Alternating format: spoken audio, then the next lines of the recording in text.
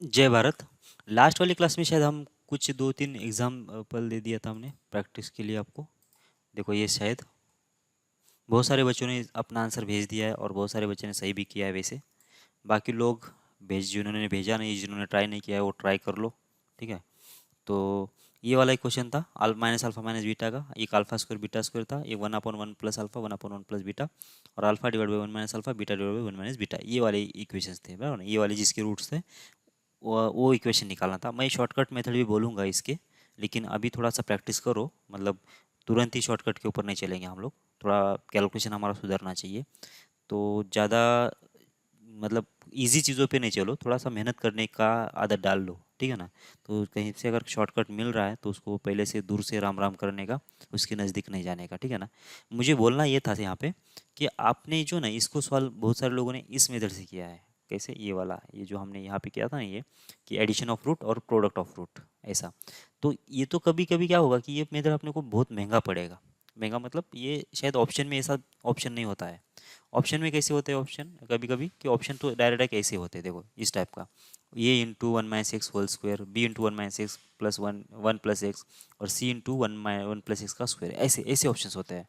अगर ऑप्शन लिखा है ना, तो मतलब अगर हम लोग ये मेथड से जाएंगे, देखो यहाँ पे तो एक्स स्क्वायर सेपरेट होगा, एक्स सेपरेट होगा और कॉन्स्टेंट सेपरेट होगा, तो मुझे क्या करना पड़ेगा फिर? यहाँ से कंप्लीट स्क्वायर करना पड़ेगा। मतलब कंप्लीट स्क्वायर के लिए मुझे यहाँ पे रीअरेंज करना पड़ेगा टर्म्स का, और ये थोड़ा ज़्यादा ओवरहेड हो जाएगा। ठीक है ना? तो बेटर है कि क्या कर लो कि ये अगर क्वाड्रेटिक इक्वेशन दे दिया है और ऑप्शन अगर दिख रहा है कि मुझे क्या है कि ऐसे टॉप टाइप में है, तो सीधा सीधा क्या करो कि इस क्वाड्रेटिक इक्वेशन का उसने बोला कि अल्फा और बीटा इसके रूट्स है, तो अल्फा इसके अंदर रख दिया, तो ये बन जाएगा इसका कंडीशन। मतलब ये alpha square plus b alpha plus c, मतलब अल्फा जो है इसको सेटिस्फाइड करेगा। ठीक है। अब रूट का नेचर कैसा होना चाहिए? रूट कैसा होना चाहिए? X equal to 1 minus alpha 1 plus alpha, इस टाइप का रूट होना चाहिए। तो यहाँ से हमने क्या निकाला? अल्फा की वैल्यू निकाला। अल्फा की वैल्यू कितना आई? ये सी, कितना? 1 - x 1 + x। ठीक है। ये हो गई अल्फा की वैल्यू, और ये सीधा सीधा अल्फा की वैल्यू इसमें रख दो। तो जो इक्वेशन बनेगा ना, वो ट्रांसफर हो चुका जिसके रूट्स 1 - अल्फा 1 + अल्फा, जिसके रूट से उस इक्वेशन में ट्रांसफर हो चुका। ठीक है। तो बस यही आंसर हो जाएगा। तो कितने स्टेप में आंसर आया? बस इसको थोड़ा इतना कैलकुलेशन करना है, और ये यहाँ पे रख के इसको एलसीएम सेम करवाना है, तो 2 स्टेप में आंसर आएगा, जबकि इधर से बहुत लंबा पड़ता अपने को। ओके।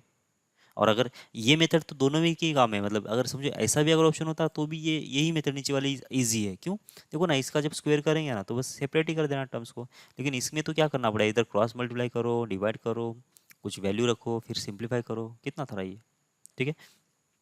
लेकिन ये कर रहे हो तो अच्छी बात है, क्योंकि आपको क्या करना है कि कम टाइम में ज़्यादा ज़्यादा कैलकुलेशन कैसे कर सकते हो इसकी प्रैक्टिस करना है वैसे। ठीक है ना? चैंपियन बनना है ना। ओके। आगे बढ़ते हैं। A B C are in A P. अब ए पी तो हमने बोल दिया, और हमने ये भी बोला था कि ये बार बार आएगा। ठीक है। अब जिन लोगों के बीजे में गया ये चीज़, उन्होंने याद रखा होगा। जो लोग मतलब गजनी बनना चाहते हैं वो बात अलग है। ठीक है ना? ए बी सी अगर ए पी में है, तो इसका मतलब क्या आना चाहिए कि बीच वाला टर्म जो होगा बी, इसका क्या होता है कि एक्सट्रीम नंबर्स के एवरेज के बराबर होता है ये नंबर। लास्ट दो नंबर का एडिशन डिवाइड बाय 2, ये होता है बीच वाला नंबर। एक तो इसको ऐसा लिखो, या फिर 2 को इस बी के साथ लेके आओ, तो 2 × बी इक्वल्स कितना आ जाएगा? ये प्लस सी। ये दोनों भी रिलेशन उतने ही सही है। ठीक है ना? ऐसा होगा तो भी ए बी सी ए पी में होंगे। ये तो ऐसे इसको रीअरेंज करके लिखा है ना, तो ए पी के लिए कंडीशन होती है। ठीक है ना? अच्छा, इसमें क्या बोला है कि ए बी सी ए पी में है। ठीक है। वन रूट जो है a b is a x square plus b x plus c का कितना? 2 है। तो सेकेंड रूट निकालना है। सेकेंड रूट क्या होगा? अच्छा, सबसे पहले तो हम लोग दो तरीके से जा सकते हैं। एक तो ए बी सी की वैल्यू निकालेंगे सीधे सीधे। ए बी सी की वैल्यू निकल गई तो हम लोग इसमें रख देंगे ए बी सी की वैल्यू इस इक्वेशन में, और दो रूट्स ढूंढ लेंगे। जो दो है उसको हटा देंगे, जो बाकी दूसरा है वो हमारा सोल्यूशन होगा। ये सीधी सीधी मेथड है। लेकिन बात ये है कि मैथमेटिक्स में वेरिएबल जब भी निकालना होगा, मतलब इसमें कितने अननोन्स है? ए बी सी 3 अननोन्स है। तो मैथमेटिक्स में ये रूल है कि जितने आपको अननोन्स निकालना है ना, उतने कंडीशंस आपके पास चाहिए। जितने आपको अननोन्स ढूंढना है उतने कंडीशंस आपके पास अवेलेबल होना चाहिए। तो यहाँ पे कितने कंडीशंस है आपके पास? कितने कंडीशंस है? ए बी सी तो ए पी में है, तो यहाँ से एक कंडीशन आ गया। ठीक है। और ये जो 2 इसका रूट है, तो 2 इसके अंदर रखेंगे हम लोग। जब 2 इसके अंदर रखे तो a square plus b x plus c, मतलब होगा 4a प्लस 2b प्लस सी को 0। तो यहाँ पे एक और कंडीशन आ गई। अब तीसरी कंडीशन कहाँ पे है? क्योंकि 3 वेरिएबल तो 3 कंडीशन होना चाहिए था। तो मतलब तीसरी कंडीशन यहाँ पे अवेलेबल नहीं है। अगर तीसरी कंडीशन अवेलेबल नहीं है, मतलब सॉल्व तो नहीं कर सकते हम। मतलब कुछ अंदर से इंटरनल एडजस्टमेंट करना पड़ेगा। ठीक है ना? तो कैसे करेंगे? तो पहले तो देख लेते हैं क्या सिचुएशन है। तो इसमें अल्फा की वैल्यू कितना है, अल्फा की वैल्यू तो 2 के बराबर है, बीटा अपने को ढूंढना है। ठीक है, तो अल्फा प्लस बीटा आपको मालूम हो जाएगा, बिल्कुल मालूम हो जाएगा। कितना हो जाएगा ये हो जाएगा माइनस बी अपॉन ए। ठीक है, मतलब अगर आपको बी बाई ए का भी रेशियो अगर मिल जाता ना तो भी चल जाता, क्योंकि अल्फा की वैल्यू 2 है तो बीटा निकल जाएगा आराम से। ठीक है, आगे शायद अगर ऐसा रिलेशन आ रहा है तो वो देख लेंगे। और अल्फा इंटू बीटा कितना होगा, अल्फा इंटू बीटा हो जाएगा सी अपॉन ए, और यहाँ पे भी वही सीन हो रही है। अगर बी बाई ए का रिलेशन मालूम है आपको या फिर ए बाई सी का रिलेशन मालूम है तो भी काम हो जाएगा। ठीक है ना, मतलब वैल्यू निकालने की जरूरत नहीं पड़ेगी मुझे, रेशियो भी अगर मिल जाता तो भी काम चल जाएगा। तो क्या क्या है वो लिख लेते पहले। तो ये अल्फा की वैल्यू 2 है, मतलब इस 2 को तो ये इक्वेशन सेटिस्फाइड होना चाहिए। मतलब यहाँ पे आएगा कितना 4a प्लस कितना आ जाएगा 2b प्लस कितना आ जाएगा c, और ये कितना हो गया 0। ये एक रिलेशन ये आ गया। अब इस रिलेशन के अंदर क्या करो, ये वाली जो कंडीशन है वो रख दो, मतलब 2b के बदले कितना रख देते हैं ये प्लस c, तो कितना हो गया ये 4a प्लस कितना आना चाहिए a प्लस c हो गया, और इधर कितना आ गया प्लस c और इक्वल्स टू 0। क्या बन गया ये हो गया 5 टाइम्स ऑफ ए प्लस हो जाएगा 2 टाइम्स ऑफ सी और इक्वल्स टू 0। सही है क्या। तो यहाँ से सी बाई की वैल्यू मिल जाएगी क्या, सी अपॉन ए, सी अपॉन ए कितना होगा ये बन जाएगा -5 अपॉन कितना 2, -5/2। क्या ये सही है क्या, सी अपॉन ए, सी अपॉन ए कितना हो गया -5/2 हो गया। बात को समझ में आ रही है क्या। तो सी बाई ये 2 जो है, मतलब सी बाई ये जो है सीधा सीधा यहाँ पे रख दो इस कंडीशन में। तो इस कंडीशन में रखेंगे तो अपने को क्या मिल जाएगा, अपने को मिल जाएगा उसकी वैल्यू, किसकी, बीटा की वैल्यू निकल जाएगी, क्योंकि अल्फा तो गिवन है ही। तो यहाँ से कहाँ पे ये जो चीज़ है वहाँ से लिख देते हैं। तो क्या बन जाएगा ये alpha into beta, alpha into beta कितना होगा सी बाई ए, सी बाई ए की वैल्यू अपने को गिवन हो गई। ठीक, तो यहाँ पे लिख दो सी अपॉन ए। ठीक है, कितना है ये तो कितना है -5/2, तो ये हो गया -5/2। और ये किसकी वैल्यू है वैसे ये है अल्फा इंटू बीटा की वैल्यू है। और अल्फा कितना है 2 है, तो 2 इंटू बीटा कितना हो गया -5/2 अगर होता है तो बीटा निकल गया यहाँ से कितना -5/4। कोई दिक्कत है, समझन पड़ी, आगे बढ़ते हैं। ओके, आप देखो यहाँ पे solve the equation x square plus px plus 45 equals 0. It is given that the square difference of its roots is equal to 144. अब क्या होगा कि दो रूट्स के बीच का रिलेशन देगा, वो दो रूट्स के बीच का रिलेशन दे देगा आपको। अल्फा प्लस बीटा मालूम है, अल्फा इंटू बीटा मालूम है, अल्फा माइनस बीटा बना सकते हो। बस उसको यूज़ करके अब ये जो सिचुएशन है वो देख के सॉल्व करते जाना है। ठीक है, मैं कुछ प्रॉब्लम बोल देता हूँ कैसे सॉल्व करना है। आपको जो भी क्वेश्चन ऐसे मिलेगा ना, रिलेशन बिटवीन रूट्स का तो ऐसे होगा हमेशा। कुछ रूट्स के बीच में रिलेशन दिया जाएगा और आपको क्या ढूंढना होगा पड़ेगा, उसमें कुछ अननोन्स होंगे या फिर कुछ पहला रूट दिएगा दूसरा रूट ढूंढने के लिए बोलेगा, या फिर लिस्ट वैल्यू निकालो, मैक्सिमम वैल्यू निकालो, ऐसे कुछ वैल्यू, ऐसे कुछ कंडीशंस दे दिया जाएगा। ठीक है, तो यहाँ पे देख लेते हैं। पहले तो यहाँ पे क्या लिखा है उसने कि इसका जो डिफरेंस है उसका स्क्वायर दे कितना है वो बोल दिया उसने। अल्फा माइनस बीटा ये होगा इसका डिफरेंस दो रूट्स का, और इसका जो स्क्वायर है ऐसा बोला है, या alpha square minus beta square बोला है। The squared difference of its roots, हाँ सही है, अल्फा माइनस बीटा का स्क्वायर बोला है, alpha square minus beta square नहीं बोला है। ठीक है ना, तो अल्फा माइनस बीटा का स्क्वायर यही बोला गया है, square difference of its roots. तो डिफरेंस लो और उसका स्क्वायर करो। ये कितना alpha alpha minus beta whole square आएगा, ये आता कितना वैसे, तो ये आता है देखो ये होता है कितना, अच्छा ये तो 144 है, पहले तो इक्वेशन बना लो ना, ये कितना है 144 है इसके हिसाब से ना, इसने बोला ना 144 है। तो अल्फा माइनस बीटा का होल स्क्वायर कैसे होगा ये होगा alpha plus beta whole square. ठीक है, मतलब कितना कितना आ गया इसमें, अल्फा स्क्वायर आ गया, बीटा स्क्वायर आ गया, और 2 प्लस अल्फा बीटा आ गया, 2 इंटू अल्फा बीटा आ गया। इसमें क्या आया alpha square minus beta square आ गया, प्लस बीटा स्क्वायर आया, -2 इंटू अल्फा बीटा आया। मतलब -2 इंटू अल्फा बीटा करने के लिए यहाँ पे करना पड़ेगा 4 इंटू अल्फा बीटा, और ये होगा 144। क्या आपको समझ में आ रहा है क्या ये चीज़। ठीक है, तो बस ये रिलेशन मिल गया आपको। अब यहाँ से आपको मैम क्या मिलने वाला है था, अल्फा प्लस बीटा मिलने वाला था आराम से। कैसे होगा ये -b अपॉन ए, एक्स का coefficient divide by x square का कोएफिशिएंट, और अल्फा इंटू बीटा भी मिल जाएगा, वो भी कितना मिल जाएगा, ये तो बन गया 45, ये तो कांस्टेंट आया गया। तो बस ये अल्फा प्लस बीटा की वैल्यू कितना हो जाएगी -b, और इसका होगा स्क्वायर। ठीक है, -4 इंटू अल्फा इंटू बीटा कितना, अल्फा इंटू बीटा हो जाएगा 45। ठीक है, और ये किसके बराबर है 144 के बराबर है। तो यहाँ से तो हो गया पी स्क्वायर। ओके, और यहाँ पे कितना आया 144 आया, और ये प्लस हो जाएगा 4 इंटू होगा 45। लेकिन अब ये क्या होगा 9 × 45, ओके देखो ये कितना होगा, देखो ये कितना है, चलो जितना बाहर निकाल सकते हो उतना बाहर निकाल दो। ये वैसे ही कितना है, ये 12 × 12 है बराबर, ये 12 है 12। देखो इसका पी स्क्वायर है ना, तो पी कितना आएगा, इस 12 को लिख देता हूँ 4 इंटू कितना 3, तो यहाँ पे 4 यहाँ पे भी 3, स्क्वायर रूट से 2 बाहर आ जाएगा। ठीक है, और इसके बाद यहाँ पे कितना, यहाँ पे भी एक 3 है और यहाँ पे भी एक 3 है, समझ में आ रहा है, यहाँ पे एक 3 है और यहाँ पे तो 12 है, मतलब क्या क्या 12 के फैक्टर बना दिया। 12 के फैक्टर क्या बन गया, ये बन गया 4 और ये 3, तो ये 4 यहाँ पे है और ये पे 4 था, 4 कॉमन ले लिया और स्क्वायर रूट लेना था। स्क्वायर रूट लेना था मतलब क्या होगा कि 2 बाहर आ गया। अब यहाँ पे 3 बच गया और यहाँ पे 12 बच गया, ठीक है ना। तो इस 12 के भी फैक्टर बना दो, कितना हो जाएगा, इसके भी कितना आया 4 इंटू आएगा कितना 3, तो यहाँ पे 3 और ये 3 कितना हो गया 9 हो गया ना। और यहाँ पे इसके फैक्टर कितने बनेंगे, 9 इंटू हो जाएगा 5, तो ये 9 और ये 9 कॉमन आ गया, इसका मतलब रूट से बाहर निकल के ये भी 3 बन गया। अब जो बचा ना रूट के अंदर लिख दो, क्या इसमें से 9 चला गया था तो बच गया यहाँ पे 4, सही है। इसमें से 9 बाहर चला गया, ये 4 बाहर चला गया, तो कितना बच गया 5, सही है क्या। और ये प्लस और माइनस में आएगा, क्यों, क्योंकि ये वेरिएबल है ना इसलिए, तो ये प्लस और माइनस हो गया, ये 6 और ये कितना 3, तो 18, तो पी की वैल्यू कितना आ गई, प्लस और माइनस 18 आ गई, ठीक है। ये धिंगाना अगर यहाँ पे समझ में नहीं आया आपको तो डायरेक्ट इसको मल्टीप्लाई कर लो और जो वैल्यू आ रही है वो लिख लो, ठीक है।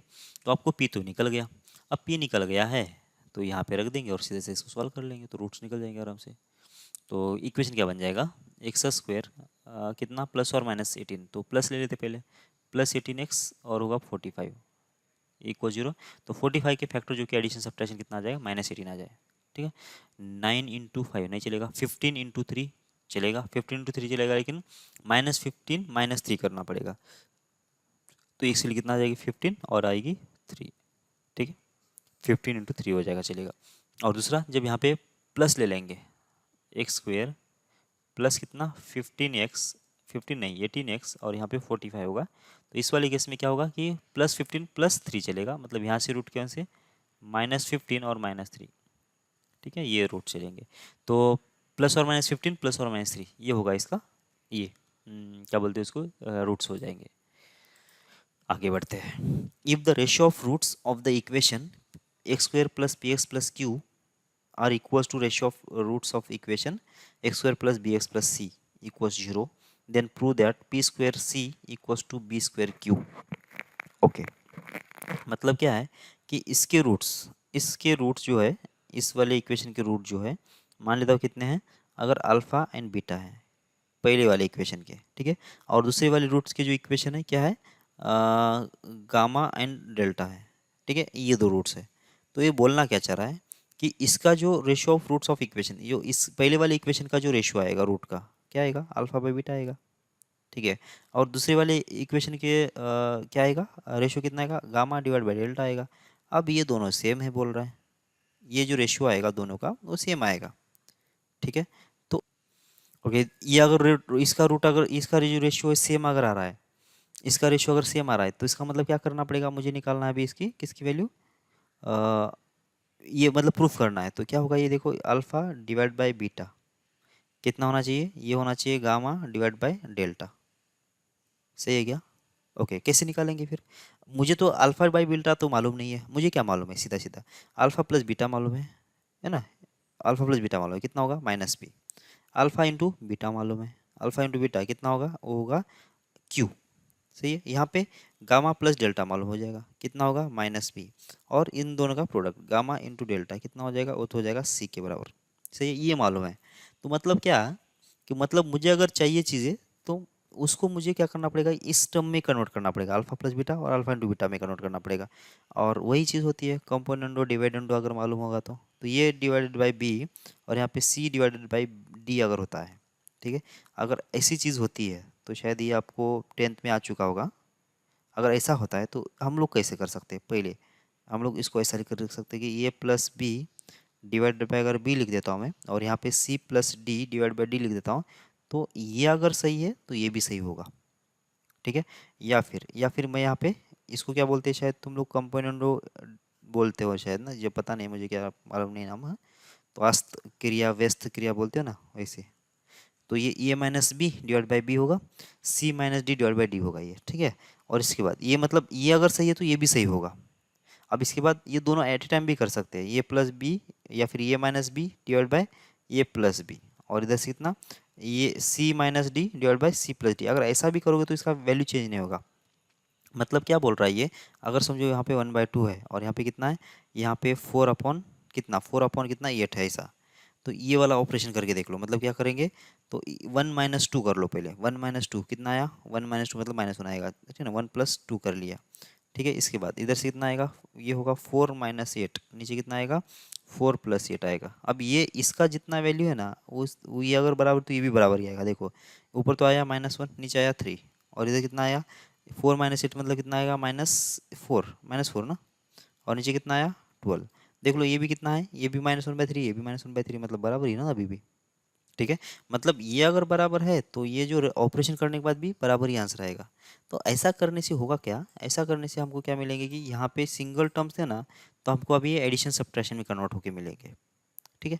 तो कर लो फिर, यहाँ पे कर लेते हैं अल्फा माइनस बीटा, इसको बोलते हैं कंपोनेंट डिपेंडेंट हो इंग्लिश में।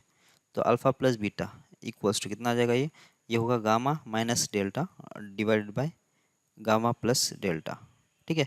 ऐसा करने से होगा क्या कि अपने को अब जो हमारे पास रिलेशन थे वो हम यूज़ कर सकते हैं, ठीक है। तो सबसे पहले तो अल्फा प्लस बीटा तो डायरेक्ट ही मिल गया। अल्फा माइनस बीटा ये बार बार आ रहा है, मैंने बोला है कि इसको याद रखो, कितना होगा ये √d/e होगा, और ये प्लस और माइनस रखते तो और अच्छा है, ठीक है ना। ये रख दो फिर यहाँ पे। तो अल्फा माइनस बीटा कितना आएगा, ये आएगा इसका √d। डी कितना है इसका, इसका डी मतलब इसका d1 बोल देता हूँ ना, d1 कितना होगा, ये होगा √p² माइनस क्यू। और दूसरा d2 कितना आएगा, दूसरे इक्वेशन का ये आ जाएगा b² माइनस 4c ना, यहाँ पे 4 आना चाहिए ना, 4 × क्यू आएगा, ठीक है। तो यहाँ पे रख दिया हमने, ओके। तो यहाँ पे प्लस और माइनस √d कितना है वैसे, ये है p² माइनस हो जाएगा 4q और डिवाइड बाय ए, ये हो गया किसकी वैल्यू, अल्फा माइनस बीटा की value, total divide by alpha plus beta कितना है -p है। ये की वैल्यू कितना है वैसे 1 ही है ना, एक वैल्यू तो 1 है, तो रिमूव कर दो ना इसको, बेकार का बर्डन क्यों लेके जाएंगे, ठीक है ना। तो फिर गामा माइनस डेल्टा कितना आ जाएगा, इसका b² मतलब √d माइनस डिवाइड बाई ए। तो ये तो वैल्यू तो 1 है, तो इसका मतलब बस इतना ही आएगा, और नीचे कितना आएगा अल्फा प्लस बीटा आएगा c। ये समझ में आ रहा है ना आप लोगों को क्या लिख रहा हूँ मैं, ठीक है। ओके, अब आगे क्या करेंगे, अब आगे करना पड़ेगा सिंप्लीफाई, तो स्क्वेयरिंग करना पड़ेगा दोनों तरफ। तो अब स्क्वेयरिंग कर दिया दोनों तरफ, ठीक है। तो क्या आएगा देखो, तो इसका तो प्लस और माइनस तो ऐसे भी निकल गया, तो ये होगा p² माइनस हो जाएगा 4q, नीचे कितना आएगा, नीचे भी आएगा p² इक्वल्स टू इधर कितना आएगा b² माइनस आएगा 4c, नीचे कितना आएगा b²। और दिख रहा है कि p² 1 होगा, ये b² 1 होगा, तो ये 1 और 1 कैंसिल, तो कितना आया 4q बाय हो जाएगा p² और इक्वल्स टू कितना आ जाएगा -4c डिवाइड बाय हो जाएगा b²। बस ये 4 भी निकल लिए, तो यहाँ पे q × b² और इक्वल्स टू हो जाएगा c × p²। नेगेटिव कहाँ गया, नेगेटिव भी निकल लिया। जय भारत, लास्ट वाली क्लास, ठीक है। तो q × b² c × p², बस ये वाला बन जाएगा, सही है। ओके, आगे बढ़ते हैं। If sine theta cos theta be the roots of equation then prove that, बस वैसे ही। अब साइन थीटा और कॉस थीटा इसके रूट्स हैं, तो साइन थीटा और कॉस थीटा अगर रूट्स है तो दोनों का एडिशन मालूम हो जाएगा, ठीक है। Sine theta plus cos theta मिल जाएगा अपने को, कितना है साइन थीटा कॉस थीटा हो जाएगा -b/e, वही अल्फा प्लस बीटा कितना होता है -b/e होता है। और sine theta into cos theta कितना होगा, sine theta into cos theta कितना होगा c/a, तो यहाँ पे कितना होगा c/a होगा, ठीक है। अब मुझे इस थीटा को रिमूव कर देना है, ये भी सी के बीच में रिलेशन चाहिए। तो थीटा को रिमूव करने के लिए साइन के पास अपना एक खुद का मतलब घर की प्रॉपर्टी है इसकी, है ना, sin² plus cos² equals to 1 होता है। मतलब साइन और कॉस के बीच में ये कंडीशन जो है यूनिवर्सल है, ये तो कभी भी ट्रू होती है। मतलब इसको बोलने की ज़रूरत नहीं कि प्रॉब्लम है कि sin² plus cos² equals to 1 होता है बोल के, ठीक है। मतलब घर की चीज़ हो गई ना फिर ये, है ना। तो साल sin² plus cos² equals to 1 हो गया, मतलब ये यूज़ करके क्या करेगा, ये साइन और कॉस को उड़ा सकता है। तो बस इसका स्क्वायर कर लेता हूँ मैं इस वाले इक्वेशन का, क्योंकि मुझे क्या होगा कि sin² प्लस cos² तो मालूम है, और sine theta into cos theta भी मालूम है। जब इसका स्क्वायर कर लिया तो इधर कितना आएगा sin² थीटा, ठीक है, प्लस 2 टाइम्स हो जाएगा साइन थीटा, और ये होगा कॉस थीटा, प्लस कितना आ जाएगा, ये कॉस हो जाएगा स्क्वायर थीटा, और इक्वल्स टू कितना होना चाहिए b² अपॉन हो जाएगा a²। ओके, तो ये sin² और cos² कितना होगा, ये तो होगा 1, ये हो गया 1 प्लस यहाँ पे 2 into sine theta cos theta, तो 2 का 2 और ये कितना आएगा सी अपॉन ये आएगा, और इक्वल्स कितना आना चाहिए बी स्क्वेयर अपॉन हो जाएगा ए स्क्वेयर। ठीक है, तो ए स्क्वेयर से मल्टीप्लाई कर लिया, तो ए स्क्वेयर से मल्टीप्लाई करने से कितना आएगा ये आएगा ए स्क्वेयर, यहाँ पे आएगा 2 टाइम्स ऑफ ए सी, और इधर से आएगा कितना बी स्क्वेयर, और यही कंडीशन इसको प्रूफ करना था। ठीक है, तो बी स्क्वेयर इक्वल्स टू आ जाएगा ए स्क्वेयर प्लस 2ac, प्रूफ हो गया। समझ में आ रहा है क्या करना है आपको? आपको बस अल्फा और बीटा के बीच में रिलेशन दिया जाए, दो रूट के बीच में रिलेशन दिया जाएगा। अब आपका दिमाग लगा के कुछ बेसिक कैलकुलेशन कभी इसमें क्या है कि साइन और कॉस दिया था, तो sine square plus cos square equals 1 लगा। यहाँ पे एपी और जीपी के बीच में कंडीशन दिया था। ठीक है, यहाँ पे कंपोनेंट और डिपेंडेंट का यूज़ करना पड़ा मुझे।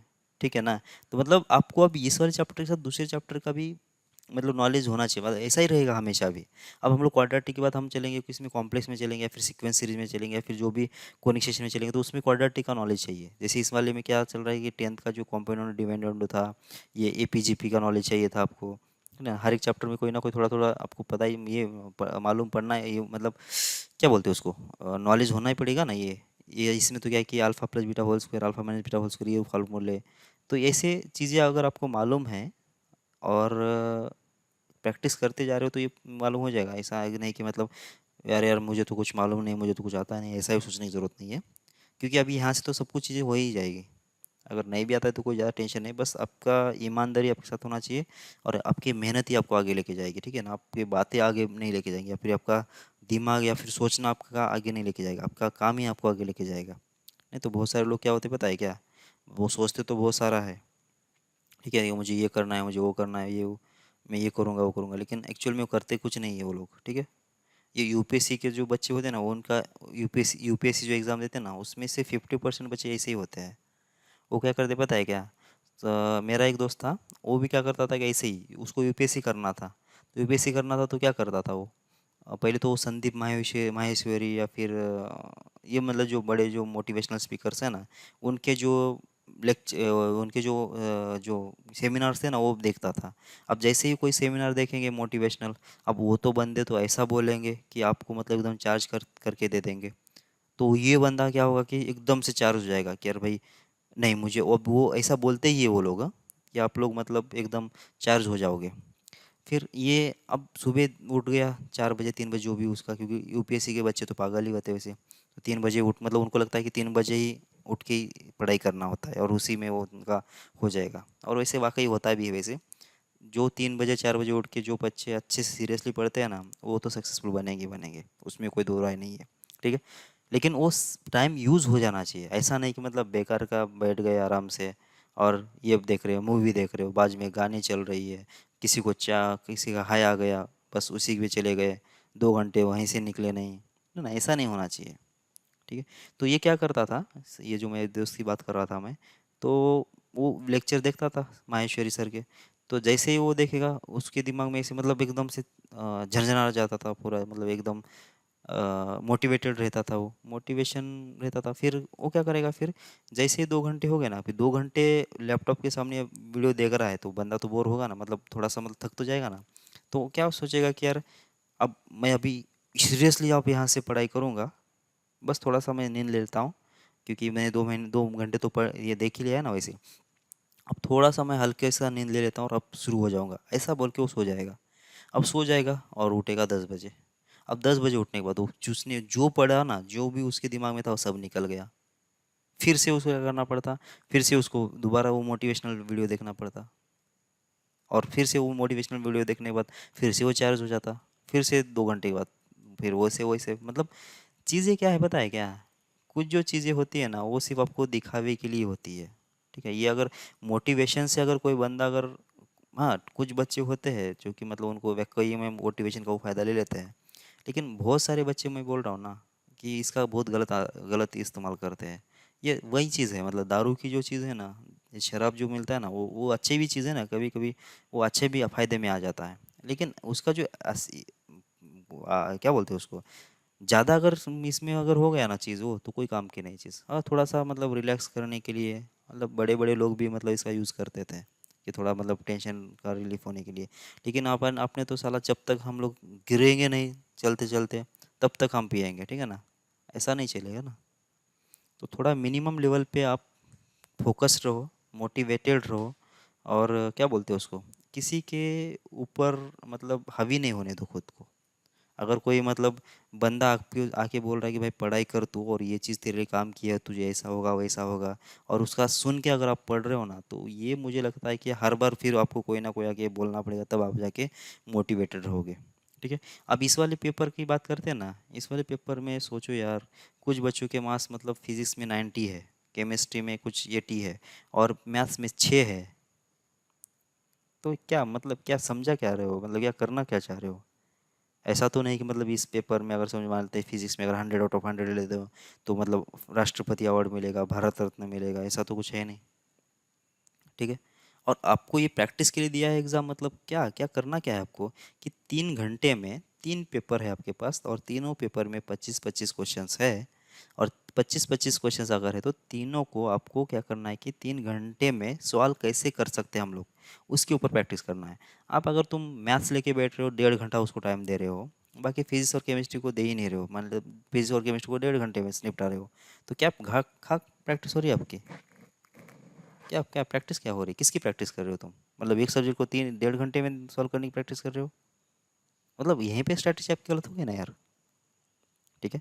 तो मैं क्या बोल रहा हूँ कि सब जो ये चीज़ें हो ना फिजिक्स केमिस्ट्री में आती है, ये जो पेपर है, थोड़ा मैं पेपर के पैटर्न के बारे में बोलूँ, फिजिक्स केमिस्ट्री मैथ, ये 3 पेपर्स मिला, 3 सब्जेक्ट मिला के अपना JEE का एग्ज़ाम होगा। ये तो अभी तक तो आपको पता चला। ठीक है ना।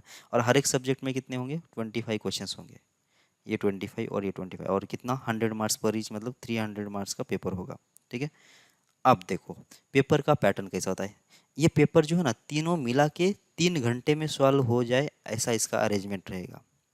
तीनों मिला के 3 घंटे में सॉल्व हो जाए, ऐसा अरेंजमेंट रहेगा। मैं ये नहीं बोल रहा हूँ कि फिजिक्स सिर्फ 1 घंटे में सॉल्व होगा, मैं ये नहीं बोल रहा हूँ कि केमिस्ट्री को 1 घंटा लगेगा, मैं ये नहीं बोल रहा हूँ कि मैथ्स को सिर्फ 1 घंटे के अंदर ही सॉल्व होगा, ऐसा नहीं बोल रहा हूँ। ये तीनों मिला के ऐसा कॉम्बिनेशन होता है कि वो 3 घंटे में सॉल्व हो जाए। अब ऐसा होता कैसे है, कभी कभी अभी आपने भी शायद लास्ट ईयर का जो पेपर एनालिसिस होता है ना, वो बच्चे बोलते हैं, फिर जो एक्सपर्ट टीचर से वो बोलते हैं ना, इस बार फिजिक्स मॉडरेट आया, केमिस्ट्री हार्ड आया, मैथ्स बहुत हार्ड आया, इजी आया, ऐसे ना ये बोलते हैं ना। तो ये चीज़ें क्या होती है कि कभी कभी क्या करते हैं कि किसी पेपर में फिजिक्स क्या होता है कि सबसे हार्ड बन जाता है, ये अगर हार्ड आ गया, इसका मतलब आपको इसको थोड़ा सा, जो स्मार्ट बच्चे होते हैं ना, उनको समझ में आता है कि ये फिजिक्स इस बार हार्ड है, तो इसका मतलब इसको थोड़ा ज़्यादा टाइम चाहिए ही चाहिए। तो क्या करेंगे बताए क्या, इसका मतलब ये अगर हार्ड है, इसका मतलब फिजिक्स या फिर मैथ इजी होगा, ये पक्का ही है। इसका मतलब अगर ये इजी है, तो इसका मतलब ये क्या करेंगे, इसको 50 मिनट्स में निपटा देंगे, और इसको भी 50 मिनट्स में निपटा देंगे, क्योंकि इजी पेपर है तो ये तो 50 मिनट्स में निपट जाएगा ये। ठीक है। और यहाँ 50 मिनट नहीं, हाँ ये तो हाँ सही है 50 मिनट ना। तो ये इसका जो टाइम बचा तुम्हारे पास, अब कितना, इसका 10 या फिर जो भी टाइम बचा है वो इसका एक्स्ट्रा दे देंगे टाइम, ऐसा। ठीक है। ऐसा होगा। या फिर समझो ये फिजिक्स भी हार्ड लगा उसको और केमिस्ट्री भी हार्ड लगा, तो वांदे हो गए फिर। तो क्या करना पड़ेगा, मैथ्स को फिर 40 मिनट में ख़त्म करोगे, ऐसा तो पॉसिबल नहीं होगा। कैलकुलेशन होते हैं ना मैथ्स में, तो पेपर का लेवल मतलब क्या, कैलकुलेशन तो रहेगा ही ना भाई, है ना। तो उसका मतलब चलो 40 मिनट में ख़त्म भी कर रहे हो, और ये दोनों में अगर इसमें बाकी जो टाइम में ख़त्म नहीं हुआ, तो नहीं हुआ, तो आपको जैसा पेपर है ना, दुनिया को भी वैसा ही पेपर है, तो आपको डरने की ज़रूरत नहीं है उस वाले केस में।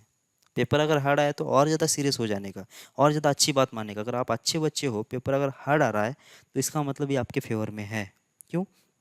जो बच्चे मतलब ऐसे होते हैं ना रट्टा मारने वाले, जो मतलब ऊपर ऊपर से आ जाते पढ़ के, उनके लिए तो फिर वांदे हो जाएंगे उनके। लेकिन अगर आप सीरियसली पढ़ रहे हो, आपके कंसेप्ट अच्छे है, तो आप बहुत आगे निकल जाओगे ऐसे पेपर में। इजी जितना पेपर आया उतना आपकी रैंक नीचे आ जाने का चांस है, क्योंकि सब कंपटीशन में आ गए। लेकिन जितना हार्ड पेपर आएगा ना, उतना आपके फेवर में रहेगा। ठीक है। अच्छा, ये एक तो चीज़ ये हो गई। अच्छा, ये हार्डनेस का मतलब क्या होता है, मतलब पेपर अगर हार्ड आता है तो क्या मतलब होता है उसका, मतलब सब सारा पेपर हार्ड होता है क्या, उसके बारे में मैं बोल देता हूँ। ये सभी पेपर क्या मतलब, इंजीनियरिंग के पेपर की बात करते हैं, यूपीएससी, सारे सारे पेपर्स की जो डेफिनेशन होती है ना हार्ड पेपर के क्या होती है, वो देख लेते हैं। ठीक है। अब होगा क्या कि ये जो, चलो ये हम लोग क्या करते हैं कि ये जो है ना 4 पार्ट्स में डिवाइड कर लेते हैं। ये पूरा पेपर है मान के चलता हूँ, किसी भी एक की है ना, फिजिक्स केमिस्ट्री मैथ में, ये सारे तीनों में भी ऐसा ही चलेगा। ये 4 पार्ट में डिवाइड कर लिया, तो 4 पार्ट में होगा क्या कि जो फर्स्ट पार्ट है, ये पार्ट और ये पार्ट, ये दोनों मिला के मतलब कितना 50% जो पेपर होगा ना हमारा, 50% पेपर किसी में भी, मतलब इजी मोड में भी, मॉडरेट मोड में भी, और हार्डेस्ट मोड में, मतलब पेपर अगर बहुत भी हार्ड होता है ऐसा भी बोलते हैं लोग, तो भी, और मॉडरेट में भी और इजी में भी, ये जो दो पार्ट मिला मतलब 50% जो सिलेबस होता है ना, 50% जो क्वेश्चंस होते हैं ना, वो इजी होते हैं। अगर पेपर का डिफिकल्टी लेवल अगर हार्ड भी है तो भी, मतलब ये जैसे हम लोग यहाँ पे हार्ड बोल रहे थे ना, इस बार फिजिक्स हार्ड आया था, तो उस वाले पेपर में भी ये सीन रहेगी कि 50% जो क्वेश्चंस होते हैं वो इजी होते हैं। ठीक है। फिर ये जो क्वेश्चंस है ये मीडियम लेवल के, मतलब 25% जो क्वेश्चंस होंगे वो मीडियम लेवल के होंगे। और जो हार्ड क्वेश्चन आएंगे ना, बस इतना ही आएगा, मतलब 25% जो बचेगा ना, बस उतना ही जो होगा पोर्शन वो हार्ड प्रॉब्लम्स में गिना जाएगा। ठीक है। अब बच्चे क्या करते हैं, उनको क्या है कि ये क्वेश्चन पहले देख लिया, या फिर जो भी देखा भी नहीं होगा तो भी कोई दिक्कत नहीं, चलो ये पहले स्टार्ट कर लिया, अब इजी क्वेश्चन है तो एक्साइटमेंट में आके या फिर फटाफट सॉल्व करने के चक्कर में इसको गलत कर देंगे, इसको गलत कर देंगे। ठीक है।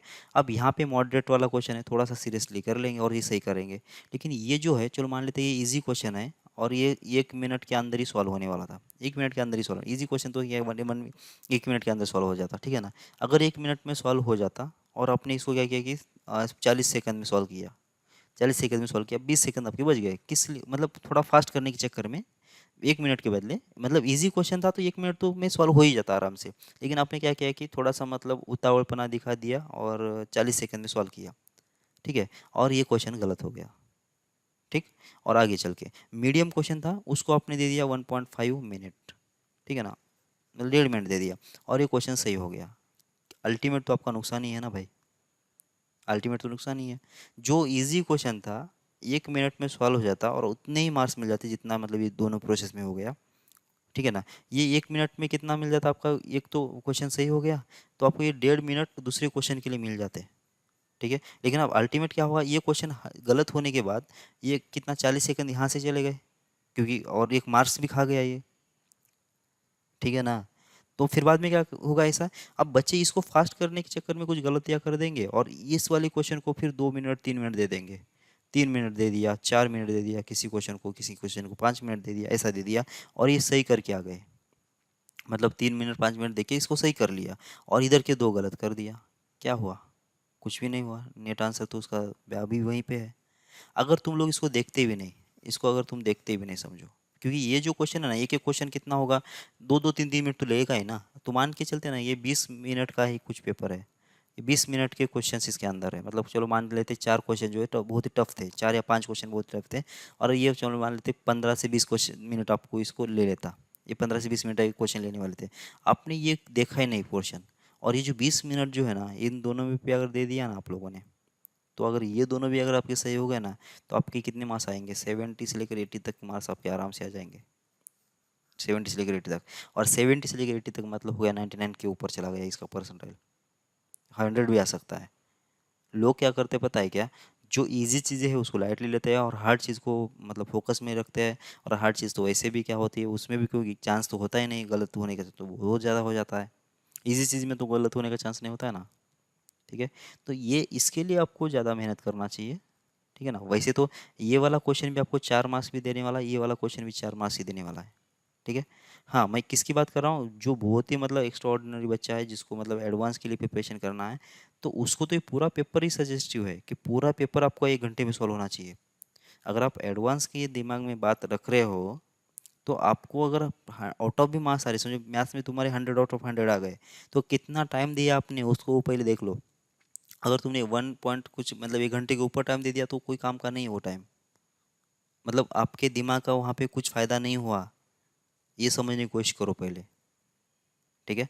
तो थोड़ा सा स्ट्रैटेजी लगा दो, ऐसा नहीं कि मतलब बेकार का, चलो लेक्चर सारे हम लोग पढ़ रहे, कुछ तो भी कर लिया, ऐसा नहीं है। हर बार 15 दिन के बाद जो पीछे वाला टॉपिक था उसको रिवाइज करना स्टार्ट कर दो। ठीक है ना। क्वेश्चंस रेगुलरली सॉल्व करो, कोई भी एक material low, A to Z question solve करो, ये जो चीज़ है आपको कर लेना चाहिए और हर एक क्वेश्चन के पीछे लगना चाहिए।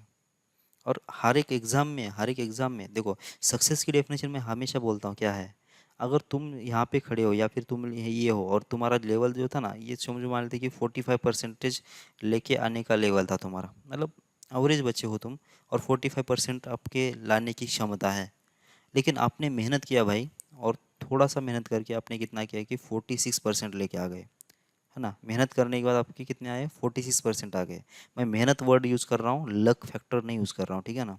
अपने मेहनत किया अच्छे से और मतलब परेशान होकर पढ़ाई किया और आपके आ गए 46%। तो आपको खुश हो जाना चाहिए, आप खुश हो जाओ यहाँ पे, ठीक है। भले ये दुनिया के लिए बहुत कम डिजिट्स हैं, भले ये दुनिया के लिए बहुत कम डिजिट्स है, लेकिन आपके लिए ये सक्सेस, मतलब ये आपके रिलेटिव ये मार्क्स बहुत अच्छे हैं, ठीक है। और दूसरा एक बंदा है बी, और उसके उसका लेवल बहुत अच्छा है, मतलब वो 90% का बच्चा है। और इसने क्या किया कि थोड़ा मस्ती करके इसने कितना लेके आया, 89% लेके आया। अब दुनिया के लिए बहुत अच्छे मार्क्स है, लेकिन इसके खुद के बहुत बुरे मार्क्स है, ये यहाँ पे फेल्यूर है वैसे, हाँ, ठीक है। और ये यहाँ से शुरुआत हो गई इसकी, ऐसा नहीं कि मतलब ये फाइनल होगा इसका बोल के। इसने ये जो प्रोसेस किया ना 2 साल के अंदर, इसने जो ये जो काम किया ना, 90 का लेवल था और ये 89 पे आ गया ना, इसका मतलब इसने 2 साल में वो मकाम हासिल किया कि फेल कैसे होना है उसको, अभी वो आ गया, वो तरीका उसको आ गया कि फेल की तरफ कैसे जाना होता है, ठीक है ना। तो इसका मतलब वो लाइफ में हमेशा वो उसी पाथ को फॉलो करेगा, मतलब वो नीचे जाने वाले में ही, ठीक है। और ये उल्टा ये बच्चे ने क्या किया कि 2 साल में उसने 45 से लेकर 46 में आ गया ना, इसका मतलब इसने 2 साल में ये काम किया कि मतलब 45 से 46 में आने के लिए उसको 2 साल लगे, उसको पता चला कि भाई मेहनत करना ही पड़ेगा। और ये भले ऐसे बहुत सारे बच्चे हैं जो कि मतलब 11th में बहुत बुरी हालत थी उनकी, लेकिन 12th में उन्होंने बहुत जोरदार काम किया, ऐसे बहुत सारे अपनी स्कूल में बच्चे हैं, ठीक है। और ऐसे बहुत सारे बच्चे जो कि 11th में मतलब बहुत मतलब क्या बोलते हैं उसको, ऊंचापाती करते थे, बहुत मतलब बातें करते थे ये वो, और बाद में जाके 12th में आते आते मतलब उनका तो वांदे हो गए थे, मतलब क्वालिफिकेशन के वांदे हो गए थे, क्वालिफाई भी नहीं हो रहे थे वो बच्चे, ठीक है। तो ट्रैक सही रहना चाहिए अपना, अपना दिमाग जो है सही ट्रैक पे रखना चाहिए। और पढ़ाई जो है ना, ये पढ़ाई कोई मतलब ऑप्शनल चीज़ नहीं है, और ये किसी और के लिए नहीं कर रहे हो, ठीक है ना। अभी तो क्या है कि अभी तो आपके पास मतलब उतना शायद होगा किसी के पास, तो लेकिन बहुत सारे लोग सोचते नहीं होंगे ना, तो लेकिन जब कॉलेज में जाओगे ना भाई, तो कॉलेज में एक एक चीज़ आपको आ रही है और दूसरे को नहीं आ रही है, मतलब ना ये अपने लिए प्राउड की बात होती है।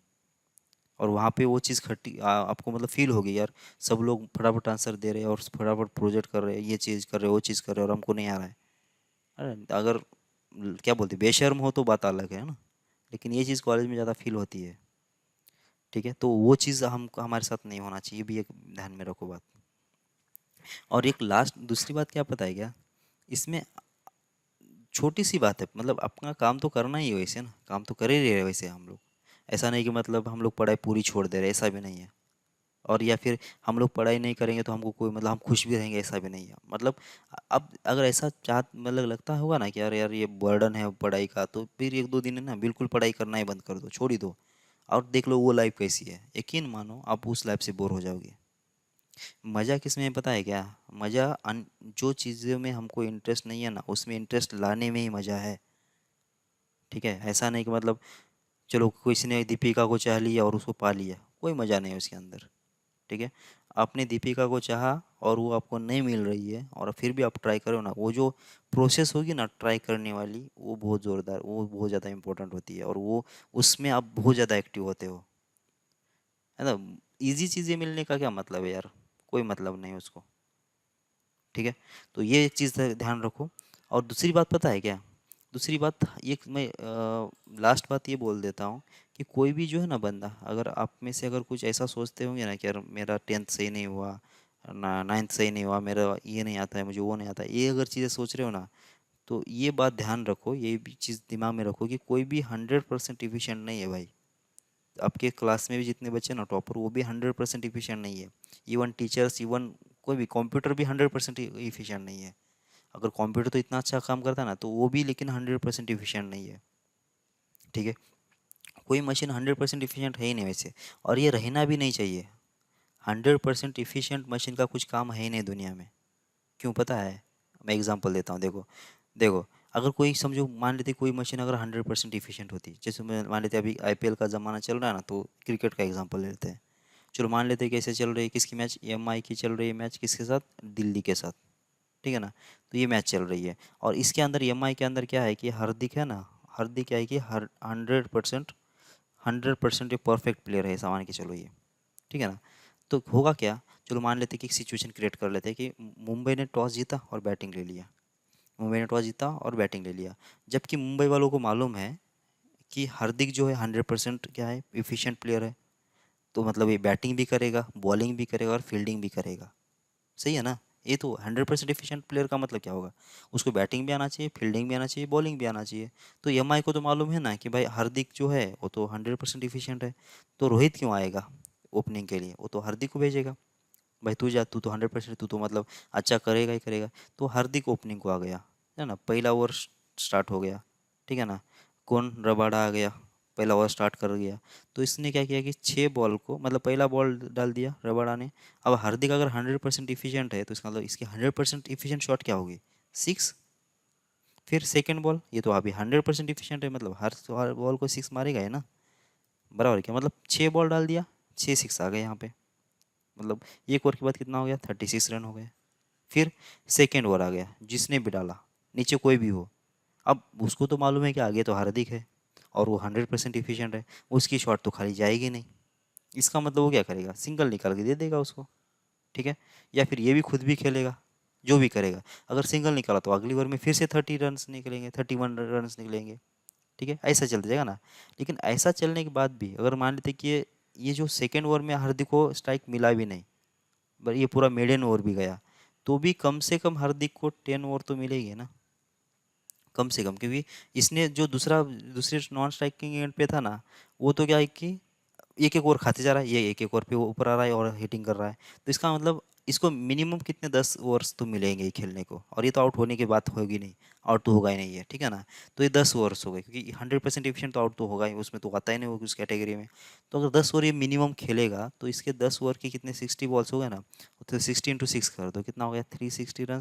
इसका मतलब मुंबई इंडियंस के 360 रन मिनिमम बनेंगे, सही है ना, 360 रन मिनिमम बनेंगे। अब यहाँ पे 200 क्रॉस करते तो और जीतने की चांसेस है, मतलब बढ़ जाएगा ना, 200 क्रॉस करने के बाद 360 तो मतलब सोचो ही नहीं। अब मतलब ये तकरीबन मैच जीत ही गया वैसे, और ये मिनिमम बोल रहा हूँ, बाकी 10 ओवर तो मैंने गिना ही नहीं है, ठीक है ना। तो इसका मतलब कितना हो गया? 360 रन हो गए। ओके, चलो यहाँ तक भी सही है। चलो मान लेते हैं कि भाई दिल्ली के पास भी ऋषभ है, धवन है, पृथ्वी है, और ये अपना कैप्टन है, तो श्रेयस है, तो शायद वो भी निकालने की क्षमता है उनके अंदर, ठीक है। तो फिर दिल्ली की सिचुएशन देख लेते हैं अब। दिल्ली की क्या होगा? क्या मुंबई बॉलिंग कर रही है और दिल्ली बैटिंग कर रही है। अब जबकि रोहित को मालूम है कि हार्दिक तो 100% प्लेयर है, इसका मतलब ये बॉलिंग भी कर लेगा। तो ये पहला और दूसरे बुमराह को क्यों दे देगा? ये तो हार्दिक को ही दे देगा फिर, सही है ना। तो क्या करेगा हार्दिक? पहला बॉल डालेगा। अब 100% इफिशियंट बॉल मतलब क्या? विकेट। तो एक विकेट चल गया, पहली बॉल पे एक विकेट, दूसरी बॉल पे दूसरा विकेट, भले ऊपर कोई भी हो, दूसरा प्लेयर कोई भी हो, पहला विकेट, दूसरा विकेट, तीसरा विकेट, मतलब 6 बॉल को 6 विकेट गए ना। क्योंकि ये 100% इफिशियंट है, मतलब ये तो सिचुएशन होगा ही ना, ऐसा ही होगा ना, दूसरा तो केस पॉसिबल ही नहीं ना इसके अंदर, सही है। तो हो गया क्या फिर? ये पहला ओवर खत्म, क्या होगा? 0 रन पे 6 6 विकेट्स। इसके बाद कितना आएगा दूसरी ओवर पे? दूसरी ओवर पे जैसे पहला बॉल मान लेते दूसरी ओवर के मैक्सिमम मतलब 36 रन भी चले जाते हैं, जो भी मारेगा 36 रन मार भी गया। फिर तीसरी ओवर में हार्दिक फिर से आ गया, फिर पहले 4 बॉल को फिर से विकेट ले लिया, तो हो गया ना 36 ऑल आउट 10। तो इतने रन होंगे ना, बराबर है क्या? अब सिचुएशन सोचो, अब ये, अब एक प्लेयर कैसा है? 100% एफिशिएंट है मुंबई का। तो सिचुएशन ये होने वाली है, क्या होने वाली है कि जैसे ही मुंबई वाले क्या करेंगे, बैटिंग करेंगे, तो कम से कम 360 रन बनाएंगे, और बाकी दूसरी टीम को 3 ओवर में ऑल आउट कर देंगे। अब ऐसी मैच देखेगा कौन? इनको तो मालूम ही है कि भाई तो इनका तो रोज का ही ऐसे होने वाला है, ये कम से कम 360 रन तो बनने वाला है, और दूसरी टीम अपोजिट टीम 360 में 36 में या फिर मैक्सिमम 36 में ऑल आउट हो जाएगी। तो ऐसे चीज, ऐसे मैच का कोई मतलब ही नहीं है फिर, ठीक है। हाँ, इसमें अगर कुछ कमियां है ना, इस प्लेयर में अगर कुछ कमियां है, और उस कमी की वजह से ही हम मैच देख रहे हैं वैसे, समझ मेरी बात आपको? वैसे ही देख लो, एग्जाम की बात करते हैं। एग्जाम में भी क्या होगा? अगर सारे के सारे बच्चे अगर 100% इफिशियंट होते और सारे सारे अगर होशियार होते, तो मान लेते हैं कि जेडब्ल्यू की जो एग्जाम देते हैं ना, हर साल 10 लाख के आसपास बच्चे दे देते हैं एग्जाम, ठीक है। 10 लाख के आसपास बच्चे जो होते हैं एग्जाम देते हैं, और सबके सब अगर होशियार होते, सबके सब अगर होशियार होते, ठीक है ना, तो होता क्या पता है क्या? तो सबके साथ सब अगर होशियार होते, तो 10 के 10 लाख जो बच्चे हैं ना, उनके मार्क्स कितने आते हैं?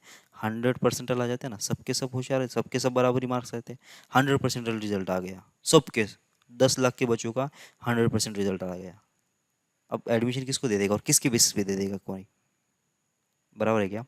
तो आप लोगों में से कुछ महानुभव ऐसे भी है जिनको कुछ नहीं आता या फिर कुछ करना नहीं चाहते, या फिर उनके पास दिमाग है लेकिन शानपत्ती की वजह से या फिर जो भी चीज़ों की वजह से उनके दिमाग में हवा गई है और वो मतलब कर नहीं रेगुलर काम। ये बच्चों की वजह से आप आगे जाओगे। समझ में आ रही बात आपको? अब आप आपको डिसाइड करना है कि आप किसको मतलब दूसरे को आगे भेज रहे हो या फिर खुद आगे जा रहे हो। ठीक है?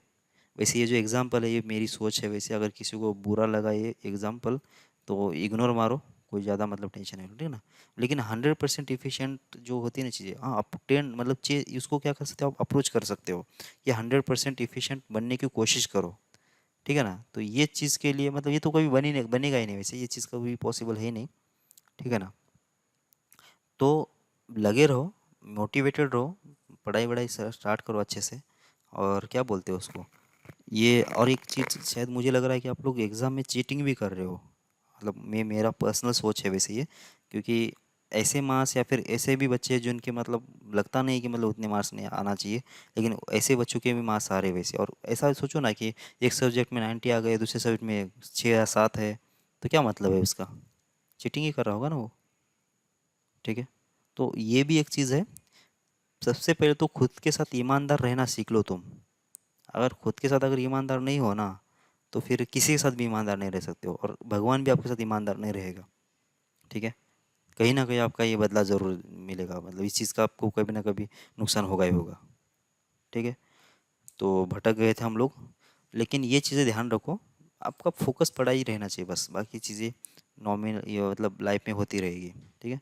लड़कियों के पीछे तो बिल्कुल नहीं भागो बे, है ना। ये चीज़ें मतलब ऐसी चीज़ों में तो बिल्कुल भी नहीं पढ़ो 1-2 साल, अगर आपको पढ़ाई वढ़ाई करना है तो। और वैसे भी क्या है, 11th 12th में क्या करोगे करके ऐसी चीज़ें?